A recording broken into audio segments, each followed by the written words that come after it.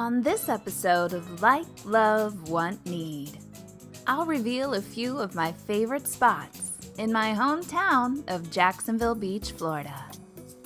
We always enjoy a great escape, but this episode, we're going where the locals go. From a charming tea room to a fiesta with a cult following. Stay tuned. You may be surprised where we end up.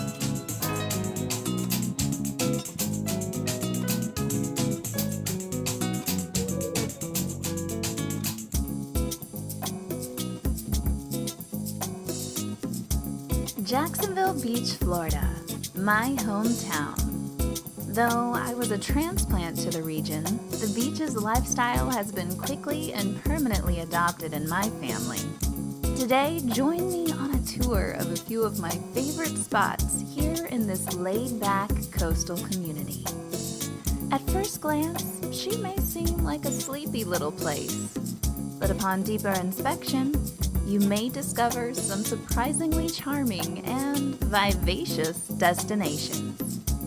Whether you're fishing on the pier, cruising the beach, or trying a fish taco, it's easy to find your place here. Our first stop is a quaint cottage by the sea, Ash's Boutique and Tea Garden. Welcome to Ash's Boutique and Tea Garden, one of my favorite spots and a staple here in the Jacksonville Beaches area. Today we'll be talking with Dana, the owner, and learn what goes into the name and, more importantly, what goes into the teacup. Ash's Boutique and Tea Garden, one of my personal retreats. Elegant, charming, and full of delightful goodies. This cottage by the sea is as unique as the name sounds.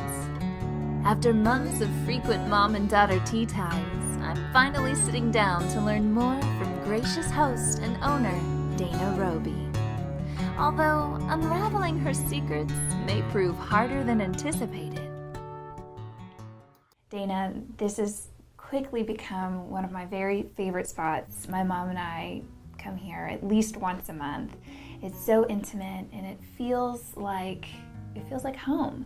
And I've heard the phrase, you have your third spot, which is you have home, you have work, and you have your third place, which is the place you come when you're not at either of those. And this is one of those places for me. What gave you the idea to create such a wonderful little secret garden? You know, I feel that I've been a creative person all my life, and I have a bit of that entrepreneurial thing going. So, and I love people. So I kind of put those together and just started the tea room. Well, you're very good at being a people person. You make everyone feel special. You're coming from table to table and asking us how things are, and everything is truly delicious. Tell me about the tea and what you put in these cups, because it is so special.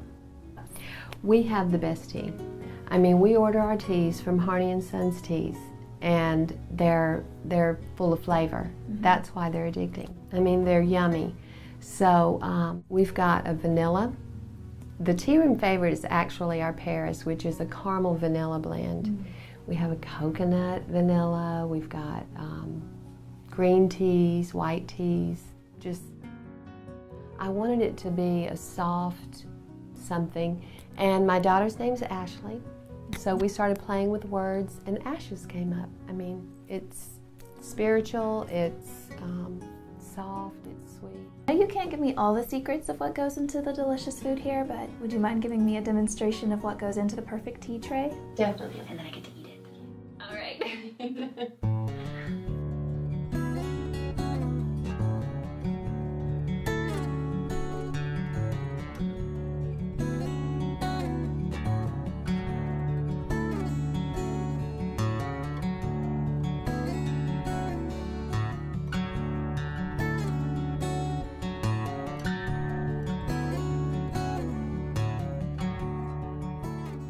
After another magical experience at Ash's, I'm off to my next adventure with a little something fun to go.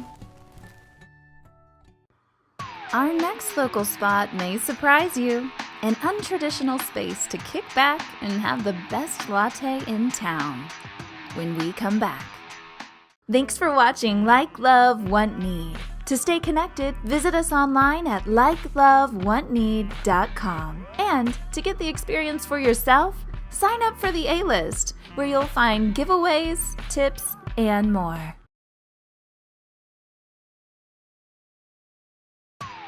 You may be surprised at our next local hangout. Whatever your vice, whether it be fitness, alcohol, espresso, design, they have it all here at Open Road Bikes in Jacksonville Beach, Florida. Artwork? Check. Entertainment? Check. Wine? Check. Lattes? Check.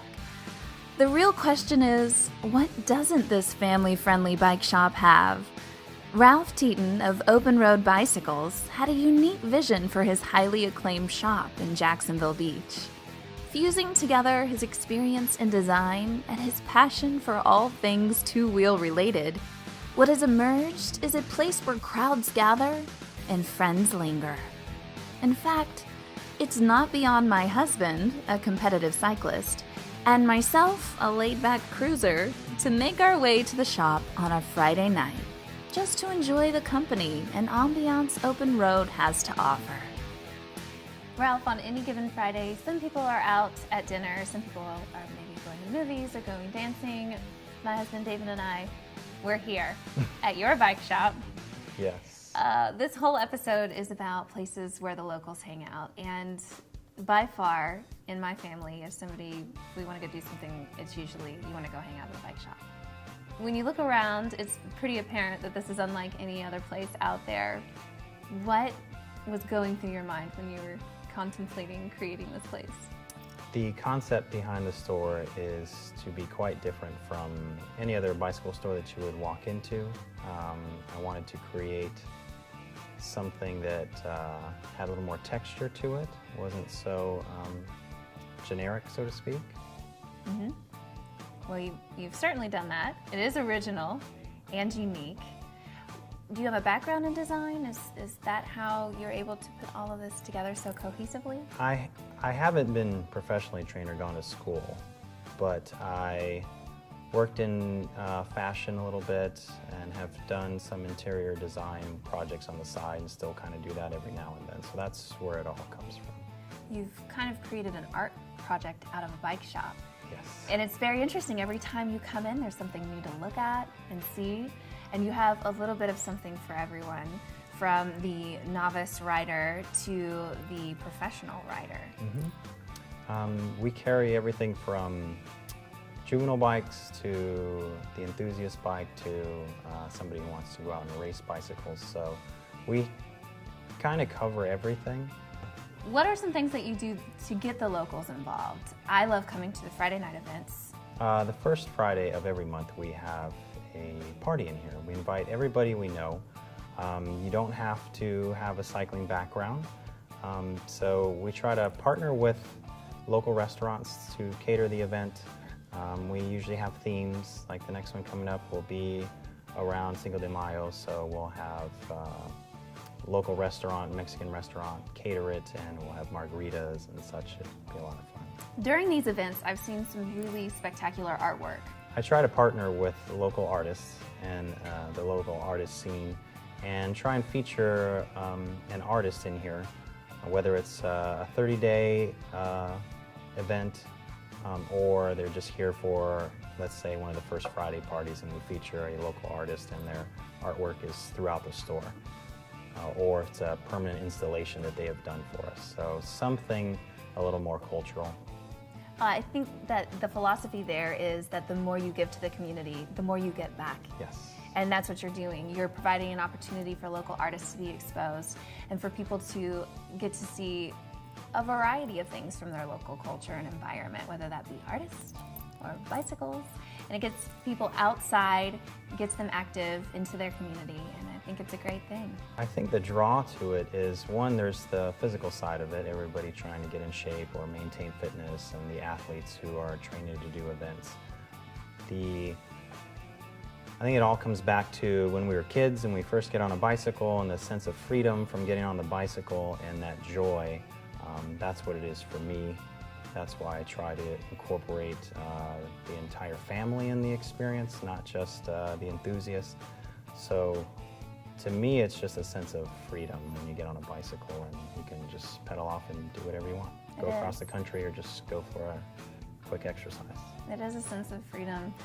I love that, and it's kind of something that you have reflected here, including some of the artwork, and it's really food for the soul, I believe. Thank you. Including food, now that we're talking about that. Tell me about this big beast of a machine right here that's glorious with birds, speaking of flying. This is our espresso machine. It came from Italy through a family friend of ours who was moving back to Italy and they needed to get rid of it. So it ended up here and it's beautiful and gold.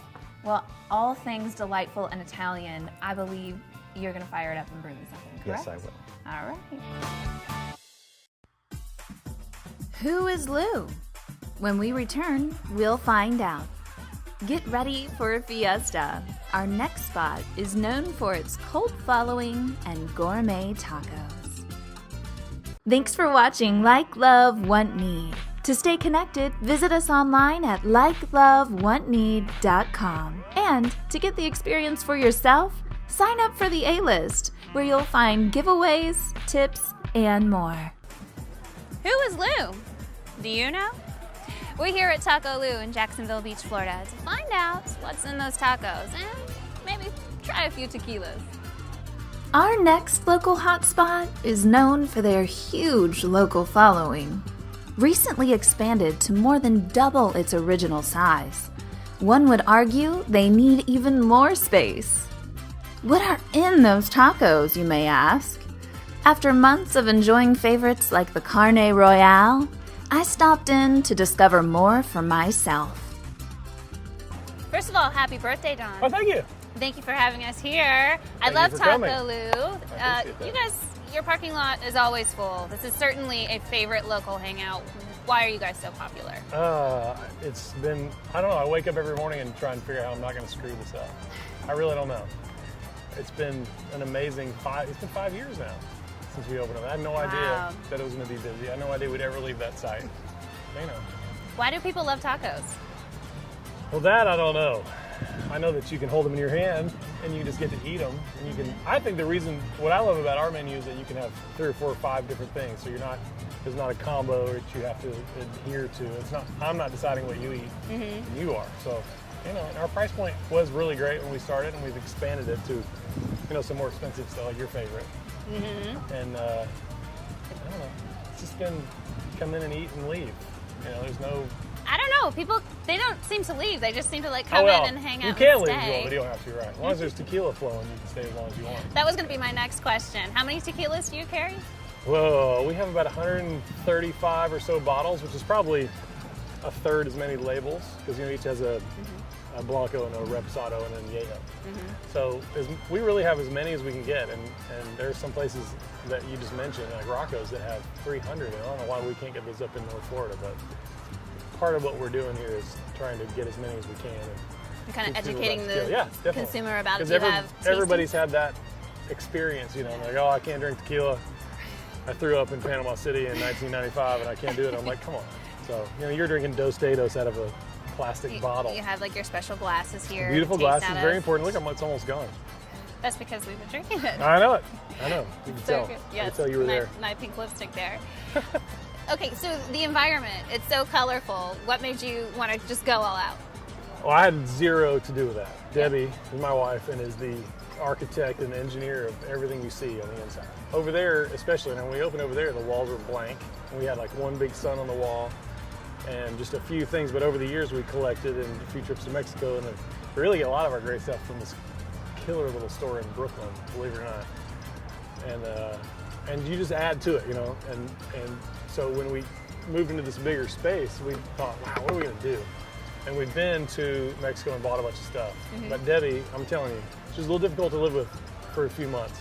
But once we opened and I started seeing things come together, I had no idea what she was doing. And I really didn't even want to be in meetings she had with people or whatever. I was like, you're going to do it, and I'm not going to even question it. So, and then so all those Suns over there, where everybody just started bringing them to us. So we bought one, and all the rest were people saying, hey, this should go on the wall. And so we put them on the wall, and now they're on the outside. It seems like all dying the a slow death. sleepless nights had a great turnout and great payoff because it all came together really cohesively. It took a while, about a year before we really thought it was going to make it.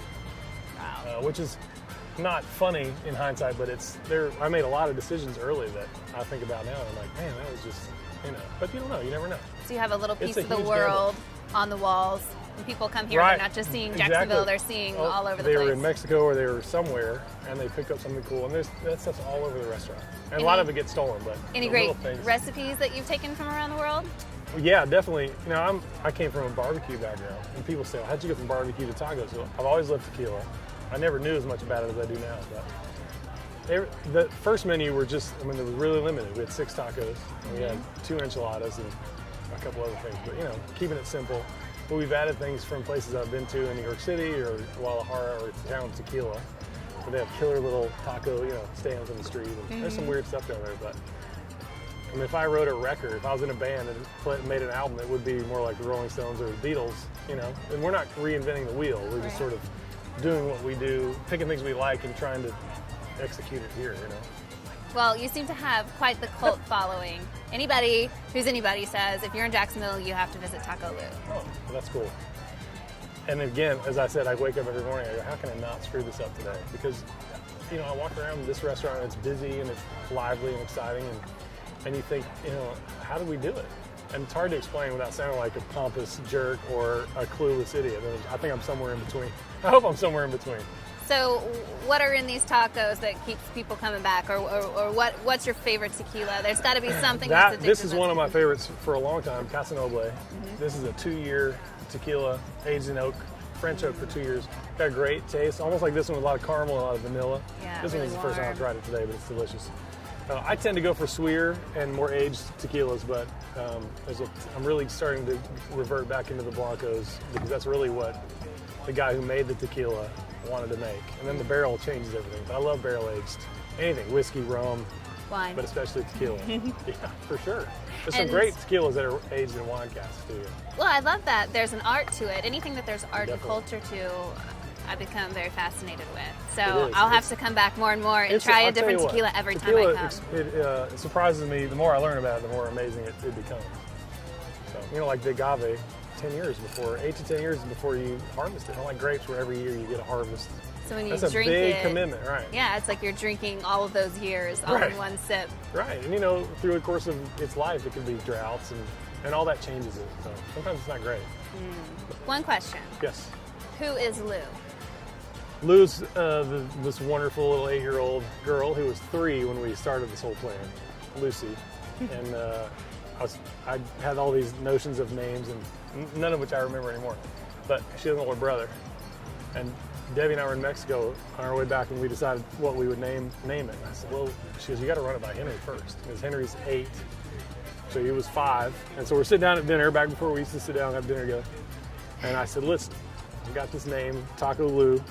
And would you be mad? I was like, would you be mad if we named it Taco Lou? It'd be after your sister, but we'll name something for you on the menu. And he cocks his head and he goes, I'd be a little mad, I think. He goes, but not so much if you name something for me on the menu. So Henry's Taco was born. And he's actually added something to the menu since. That queso crunch was totally his creation from back when he was barely able to reach over The chef in the grill. making. I don't know, maybe. You never It's know. in his blood. Maybe. I don't know. It's too hot back there for him. Well, I think Especially in the summer. I think their inspiration paid off, and Definitely. we really appreciate you opening up your doors and Well, telling thank you. us Thanks a for little coming. bit about why you are so popular. And I hope we can keep it going. yeah, I think that everyone should come and visit and find out what's in the tacos. Check it for yourself. Thank you. Cheers. Get my lipstick. Get your lipstick on.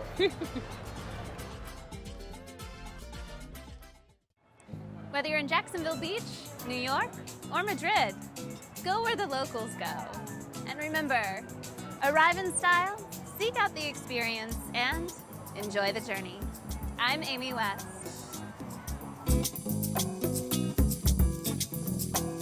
Eu não vejo a hora de estar ao seu lado.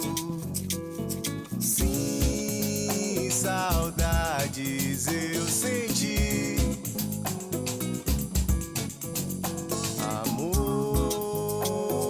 can find us on the web at www.likelovewanneed.com. And don't forget, like us on Facebook. It's so naked!